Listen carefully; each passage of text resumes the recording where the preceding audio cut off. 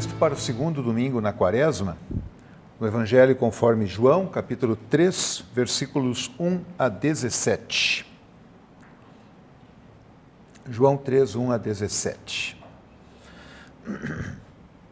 Talvez é interessante lembrar, antes de entrar no texto propriamente, daquilo que vem imediatamente antes. O capítulo 2 nos coloca aquela cena em que Jesus é questionado e lhe pede, inclusive, um sinal. E mais ao final do capítulo 2 é dito que algumas pessoas lá em Jerusalém, isso era durante a festa da Páscoa, quando Jesus estava lá, muitos haviam crido nele, mas o próprio Jesus não se confiou plenamente a eles, e o texto termina, o capítulo 2 termina dizendo que Jesus conhecia muito bem as pessoas. Não era preciso que ninguém dissesse como é o ser humano, porque Jesus sabia muito bem. E aí nós temos o relato do encontro de Jesus com Nicodemos. É muito curioso que isso venha imediatamente após essa declaração de Jesus. Então, João 3, versículo 1. Ende anthropos ekton pharisaion Nicodemos onomauto archonton judaion. E havia um homem dentre os fariseus, o nome dele era Nicodemos, principal ou líder dos judeus. Nós sabemos que o Nicodemos era de fato um dos grandes lá, participando do Sinédrio. Né? Versículo 2, Hutos elten pros auton nictos kai eipen auto. Este veio a ele à noite e lhe disse, Rabi, oidamen hoti apoteu elelitas didascalos. Rabi, Senhor ou Mestre, nós sabemos que tu vieste da parte do Pai. Aqui ele usa o elelitas, que é um perfeito do verbo erchomai. Tu vieste e tu estás aqui como da parte do Pai, e ele continua, didáscalos, tu vieste aqui no caráter de mestre, né? Tu vieste da parte de Deus, como mestre. Então eu te conheço e te reconheço como mestre. Ele começa aí com um certo elogio, então, né? Captatio benevolência, está buscando aí a simpatia do interlocutor. E ele justifica por quê, né? O deisgar dinatai tautata semeia poien ha sy poieis ean me he hoteos metautu. Porque ninguém pode estes sinais fazer que tu fazes, a não ser que Deus esteja com ele. Então, Jesus já havia feito alguns sinais, pelo menos nós temos lá o relato daquela transformação de água em vinho, lá em Caná da Galileia, o primeiro sinal. Aliás, sinal é o termo que João normalmente usa no seu evangelho, em referência aos milagres de Jesus. Né? Então, Nicodemos argumenta, tu fazes sinais, e evidentemente que para que tu tenhas podido fazer sinais é porque Deus está contigo. Então, reconhecemos que tu és um mestre vindo de Deus. E Jesus aqui se recusa a entrar num diálogo muito longo a respeito da sua natureza, e ele remete o assunto de volta para o Nicodemos. Versículo 3, apecrite Jesus kai eipen auto. E replicou Jesus e lhe disse, amen, amen, lego soi. Em verdade eu te digo, ean metis genete annoten, u dinatai iden ten basileian tuteu. Se alguém não nascer de novo, e aqui vamos dar uma paradinha, genete, essa é uma forma passiva do verbo genao, genao literalmente é gerar, então o passivo de gerar, ser gerado é nascer sempre é passivo, não é um ato ativo da pessoa. Então, se alguém nascer, eu até diria, talvez seja bom nós traduzirmos, se alguém não for gerado, aí deixa muito claro que isso é um ato passivo. Se alguém não for gerado anoten, e aqui nós temos uma possibilidade de um duplo entendimento. Anoten pode significar do alto, mas também pode significar de novo, novamente. Então, se alguém não nascer novamente, ou então do alto, dá para a gente discutir isso aqui, qual é o melhor sentido nesse caso, né? O dinatai identen basileian tuteu não pode ver o reino de Deus. Evidente que aqui a questão não é simplesmente ver o reino, mas participar desse reino, né? Ter esse reino diante de si.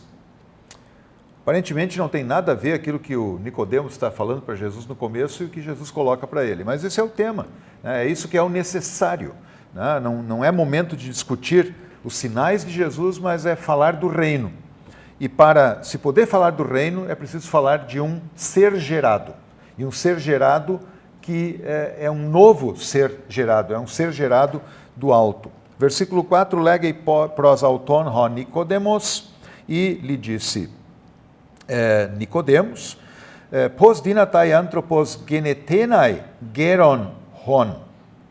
Como pode um homem ser gerado, aqui nós temos o infinitivo auristo passivo, ser gerado, geron on, literalmente é sendo idoso. O particípio aqui é usado no sentido adverbial, ele qualifica o verbo principal, então nós poderíamos até dizer, como pode um homem ser gerado, apesar dele ser idoso? Me dinatai eisten koilian tes metros autu deuteron eiseltein kai genetenai. A pergunta começa com um não, me, e essa é a forma na língua grega de pedir um não como resposta. Ele espera um não como resposta. Então, pode para o ventre da mãe dele segunda vez entrar e ser gerado? Algo do tipo, vamos pensar bem, né, Jesus? Você está propondo uma coisa aqui que é absurda. E é óbvio que não é isso que você deve estar querendo dizer, é evidente, né? Tem alguma coisa errada nisso aí. Né?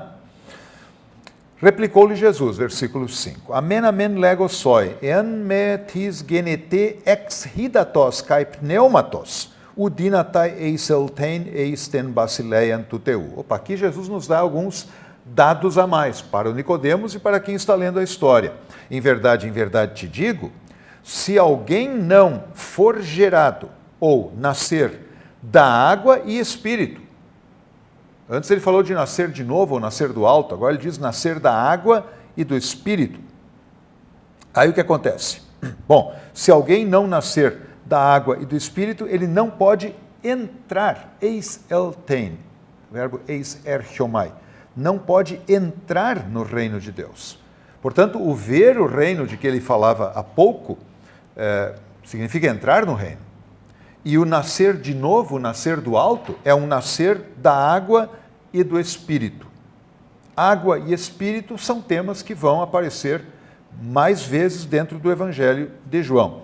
E, normalmente, quando se fala em espírito aqui em João, se tem em vista o Espírito Santo. Em algum momento, inclusive, Jesus vai identificar o espírito com a água.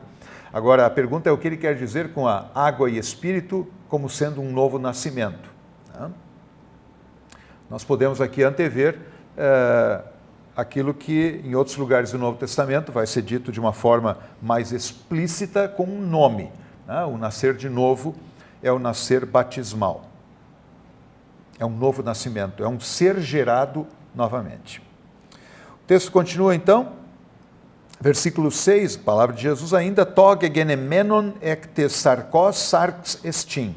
Aquele que é gerado, e aqui nós temos um particípio perfeito passivo, portanto ele focaliza no resultado, no estado atual de uma ação anterior. Aquele que foi gerado, e dessa forma ele está aí, da carne, sarkos, o que acontece? Ele é carne. Uma pergunta que se pode fazer é o que Jesus quer dizer com carne, a que ele se refere. Há textos no Novo Testamento em que sarx representa algo muito semelhante à soma, o corpo.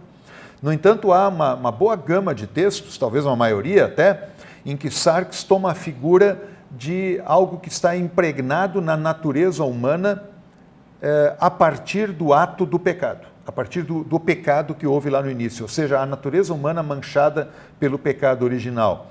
A natureza humana do jeito que ela é hoje, isso é sarx. Por isso, aquele que nasce da carne é carne. Aquele que foi gerado a partir da natureza pecaminosa que há no mundo, e mais diretamente dos seus pais, ele é dessa mesma natureza pecaminosa. E aí ele continua, kai toge genemenon ectu pneumatos, pneuma estin. E, ou talvez devíamos dizer aqui, mas, o que é gerado do Espírito é Espírito. O que é gerado do Espírito, o Espírito Santo, ele é espírito, é um novo ser. Espírito é uma nova realidade. O Espírito Santo no Novo Testamento muitas vezes é declarado como a marca do novo tempo, a marca do reino de Deus, de que Jesus já falava agora há pouco, antecipado no tempo. O Espírito é a nova vida que Deus dá, que prepara pessoas para a vida plena no reino futuro de Deus. Esse reino já começa agora com o Espírito vindo do alto, ou de novo, proporcionando um novo nascimento. Versículo 7, me taumases hoti eipon soi. Não te admires que eu te diga, dei rimas genetenai anoten. É necessário para vocês nascer de novo, ou do alto. É necessário. Ou seja, nascer da carne significa ser carne, isso não é bom, é ruim, é mal. É preciso nascer do Espírito para poder ver, para poder entrar no reino de Deus. Versículo 7, top pneuma hoputelei pnei kai ten fonen autua cues. O Espírito, onde ele quer, ele sopra. Onde ele quer. E a voz dele tu ouves, ou o som deles, fone, dele tu ouves. Al uk oidas poten ergetai kai pu hipagei. Mas tu não sabes de onde vem e para onde vai. Ou seja, você não tem domínio sobre o Espírito. O Espírito age conforme ele está revelando querer agir. Aqui é importante que se diga, esse texto, algumas vezes ele é usado num sentido quase que universalista, de dizer, olha, o Espírito Santo age onde ele quer. Então, se ele quer agir, por exemplo, no meio de uma pregação budista, bem, se ele quer, ele vai onde ele quer, o Espírito sopra onde quer. Bom, isso seria limitar tudo que se tem a dizer do Espírito e da sua obra a uma frase separada do contexto. Quer dizer, nós vamos ver aqui pelo texto todo, isso já fica evidenciado, que a vinda do Espírito, a dádiva do Espírito e a ação do Espírito está ligado diretamente à pessoa e à obra de Jesus Cristo, e não a alguma outra coisa. Então, quando se diz aqui, quando Jesus fala, o Espírito sopra onde ele quer, e você não vê de onde ele vem e para onde ele vai, isso não significa que ele age da mesma maneira em todos os lugares, mas que ele é senhor da própria ação, e que ele age lá onde ele prometeu agir, lá onde se deve esperar que ele haja, e não onde a gente imagina que ele poderia, talvez, estar agindo, quem sabe por causa de um desejo ou de uma ideia que se tenha. Versículo 9.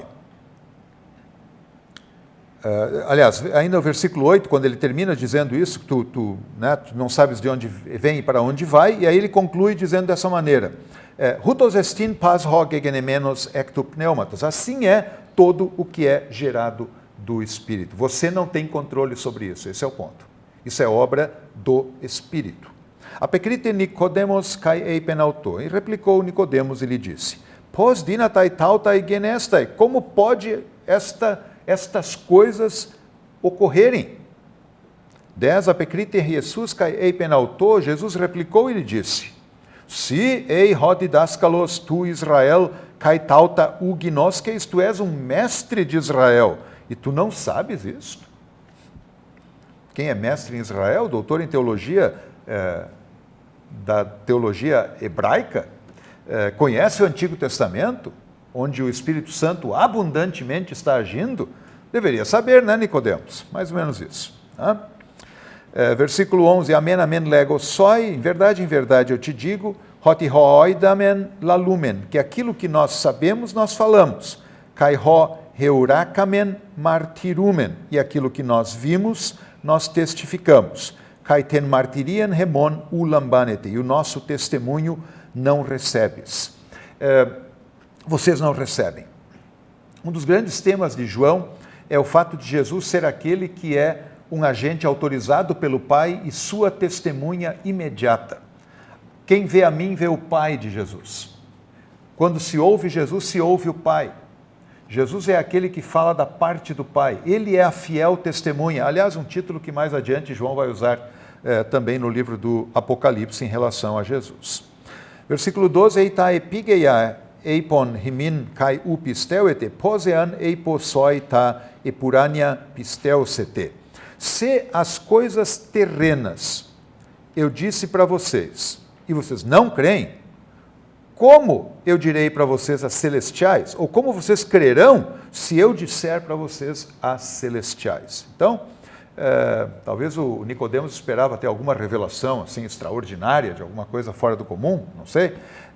E Jesus diz, eu estou falando de coisas aqui bem básicas, viu, Nicodemos? Né? O novo nascimento, o reino de Deus, o Espírito, e são coisas fundamentais da fé.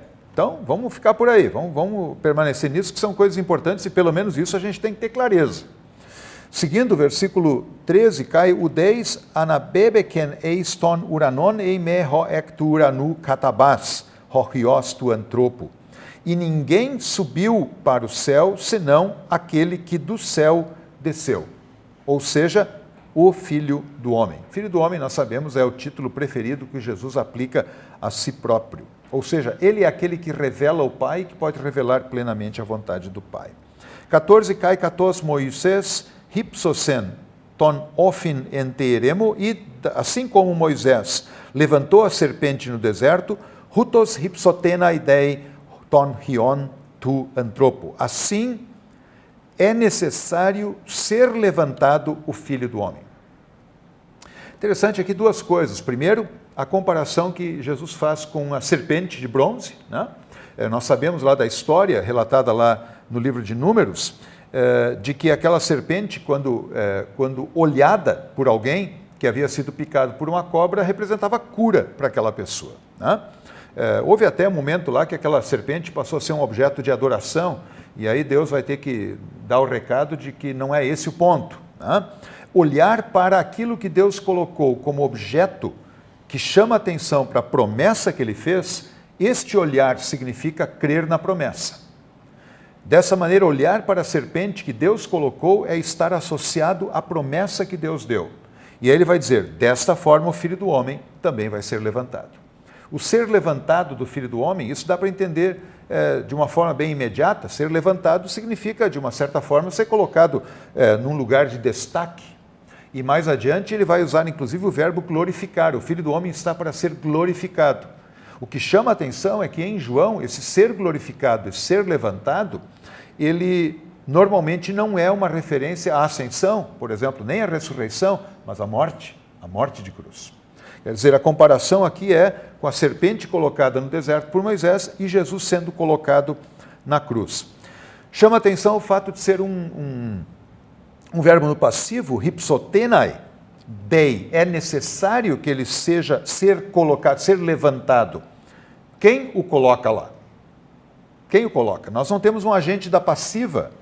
A gente esperaria aqui que ele seja colocado por fulano ou beltrano, pelos judeus, pelos romanos, por Pilatos.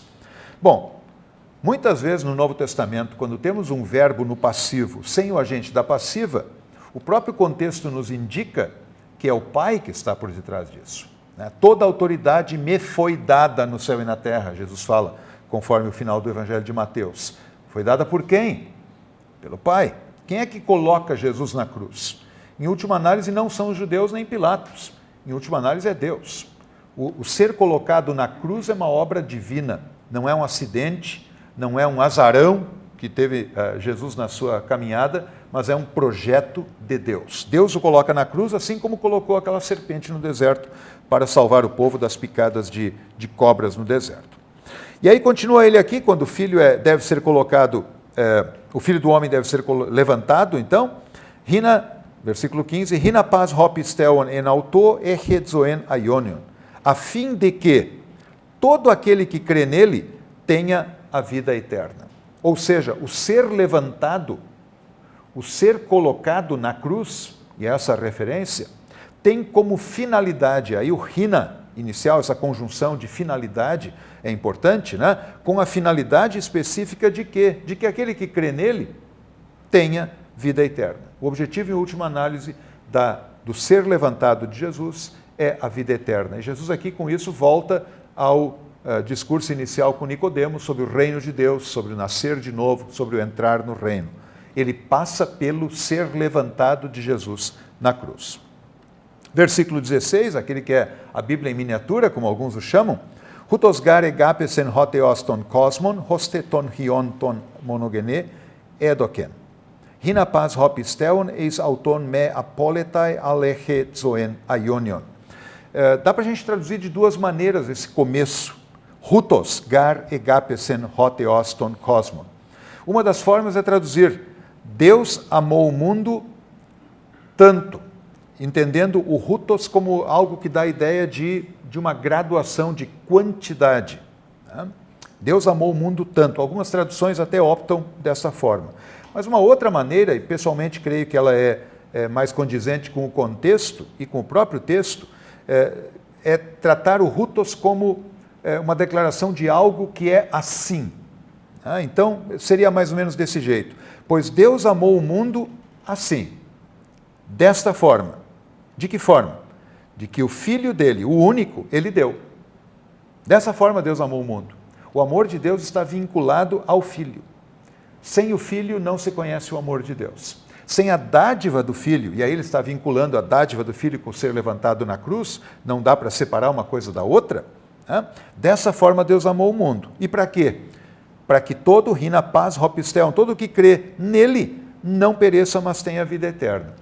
E aqui é interessante notar que o verbo usado, não pereça, apolimi, me apoletai.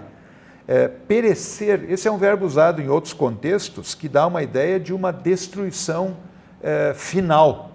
Não uma destruição no sentido de uma desintegração, mas da forma mais radical de morte e de condenação, daria para dizer assim. Então, esse apólime, aqui a gente deveria dizer, ele não apenas é um morrer, mas é um ser condenado na morte. Então, para que Deus deu o Filho?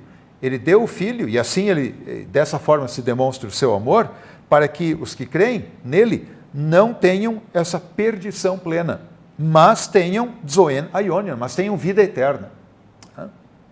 Versículo 17, Ugar apestelen hoteos ton hion eiston cosmon, hinacrine ton cosmon. Pois Deus não enviou o Filho para o mundo a fim de julgar o mundo.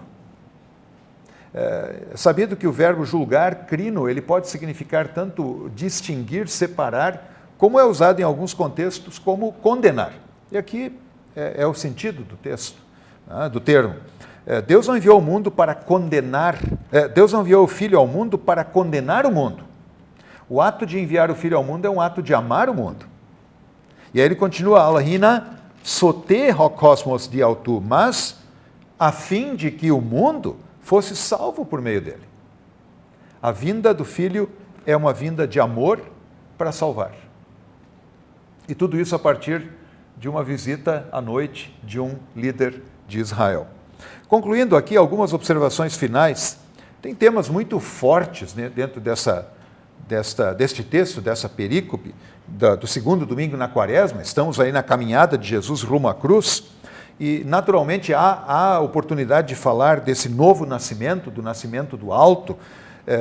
Podemos aí falar da riqueza que é o batismo, como uma nova vida que Deus dá, um novo gerar.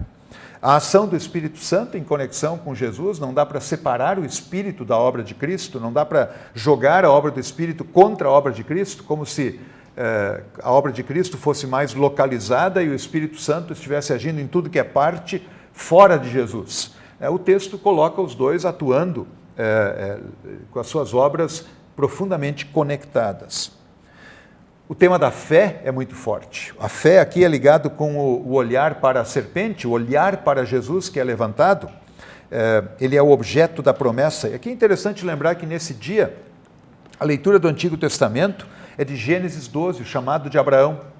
Quando Abraão é chamado e é dito lá que ele creu na promessa, e ele então agarrou-se na promessa de Deus. E o texto da epístola vem de Romanos capítulo 4, onde exatamente Abraão é tomado como um exemplo daquele que crê. Aliás, um texto riquíssimo da epístola do dia, em que é dito que Deus justifica aquele que é o ímpio, e Deus justifica aquele que não trabalhou para ganhar justiça, mas aquele que creu na promessa. Aqui nós temos uma conexão muito interessante com o evangelho do dia. Finalizando, o salmo do dia, o salmo 121, o nosso socorro vem do Senhor. que fez os céus e a terra. O nosso socorro é uma palavra que é repetida no Salmo. O nosso socorro vem daquele que é levantado na cruz. É ali que eu vejo o amor de Deus. É ali que o amor de Deus se revela e se manifesta. É ali, a partir dali, que há a possibilidade de um novo nascimento pela ação do Espírito e um ver e entrar no reino de Deus.